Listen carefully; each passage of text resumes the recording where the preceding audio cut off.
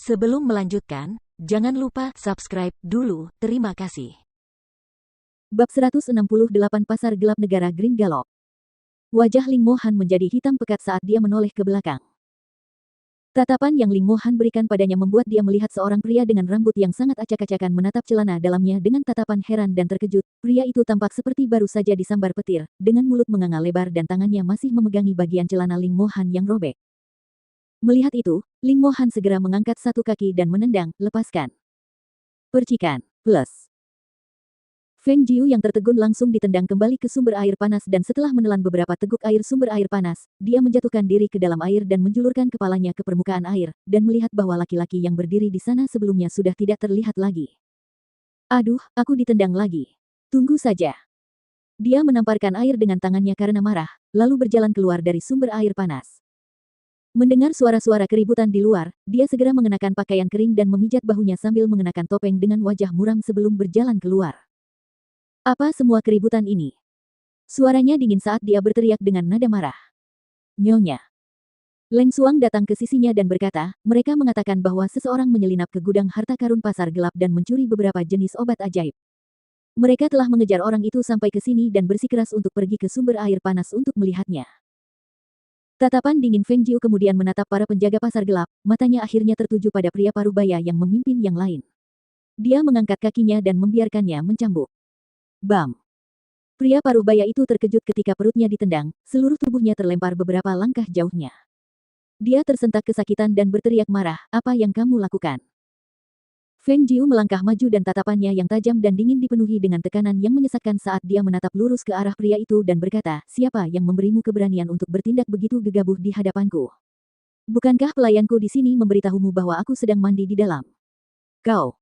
Pria parubaya itu menatapnya dengan marah, tetapi tidak berani melakukan apapun pada Feng Jiu. Kau masih menatapku. Kau tidak menginginkan mata itu lagi.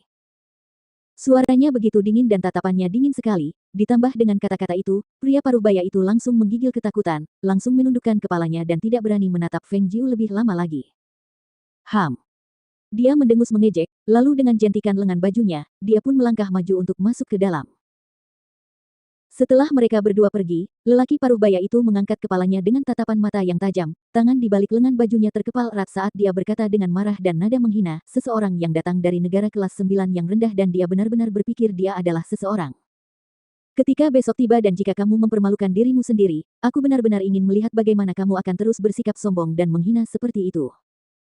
Kembali ke kamar, Leng Xuang melihat Feng Jiu masih marah besar. Dia teringat suara-suara yang didengarnya di dalam sumber air panas tadi dan dia langsung berlutut sambil mencela diri sendiri dan berkata, bawahanmu telah gagal dalam tugasnya, aku mohon nyonya untuk memberikan hukuman. Duduk di samping meja, Feng Jiu menuangkan secangkir air untuk dirinya sendiri dan meneguknya, sambil melambaikan tangannya dengan acuh tak acuh dan berkata, bangun. Itu tidak ada hubungannya denganmu. Leng Xuang menundukkan kepalanya dan berkata, tidak, bawahanmu gagal menjaga dengan baik sehingga membiarkan penyusup itu menyelinap masuk dan mengganggu nyonya. Bahkan aku tidak akan sebanding dengan orang itu. Tidak perlu menyebutmu. Feng Jiu kemudian melanjutkan dengan acuh tak acuh, lagi pula, aku tidak dirugikan sama sekali. Sebaliknya, aku merampas celananya. Ketika dia menyebutkan hal itu, ekspresi yang agak aneh dan ganjil muncul di wajah Feng Jiu. Ketika dia mengingat celana dalam merah mencolok itu, sudut mulutnya tidak bisa menahan diri untuk tidak berkedut. Leng Xuang yang tengah berlutut di lantai tak dapat menahan diri tetapi mengangkat kepalanya karena terkejut saat mendengar hal itu. Baiklah. Selamat beristirahat malam ini.